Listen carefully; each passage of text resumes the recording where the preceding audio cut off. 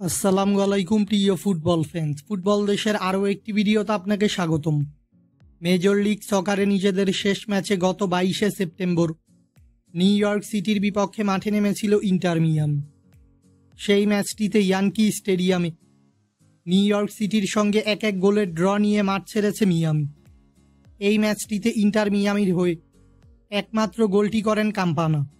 এবার new York সিটির বিপক্ষে ম্যাচের পর আবারও মেজর লিগ সকারের ম্যাচ খেলতে মাঠে নামছে কোচ টাটা মার্টিনো শিষ্যরা, যেখানে মেজর লিগ সকারের এবারের মৌসুমে নিজেদের 31তম ম্যাচে শার্লট এফসির বিপক্ষে মাঠে নামবে মেসির ইন্টার মিয়ামি। বর্তমানে মেজর লিগ সকারের ইস্টার্ন কনফারেন্সের পয়েন্টস টেবিলে 30 ম্যাচ শেষে মোট 64 পয়েন্টস নিয়ে পয়েন্টস টেবিলে শীর্ষ স্থানে রয়েছে মিয়ামি। অন্যদিকে 30 ম্যাচ শেষে মোট 41 পয়েন্টস নিয়ে পয়েন্টস টেবিলে 6 নম্বর স্থানে রয়েছে শার্লট এফসি। তাই পয়েন্টস টেবিলের তুলনায় ইন্টার মিয়ামি থেকে 5 ধাপ পিছিয়ে রয়েছে শার্লট এফসির বিপক্ষের এই ম্যাচটিতে ইন্টার মিয়ামির হয়ে শুরু থেকেই মাঠে থাকবেন আর্জেন্টাইন খুদে জাদুকর লিওনেল মেসি।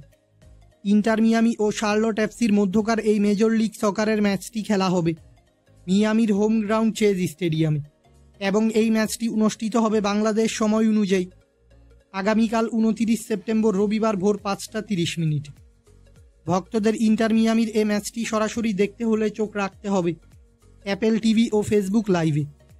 ইন্টার মিয়ামি অবশ্যই চাইবে এই ম্যাচটিতে শার্লটকে পরাজিত করে লিগ শিরোপা জয়ের ক্ষেত্রে আরও এক ধাপ এগোতে।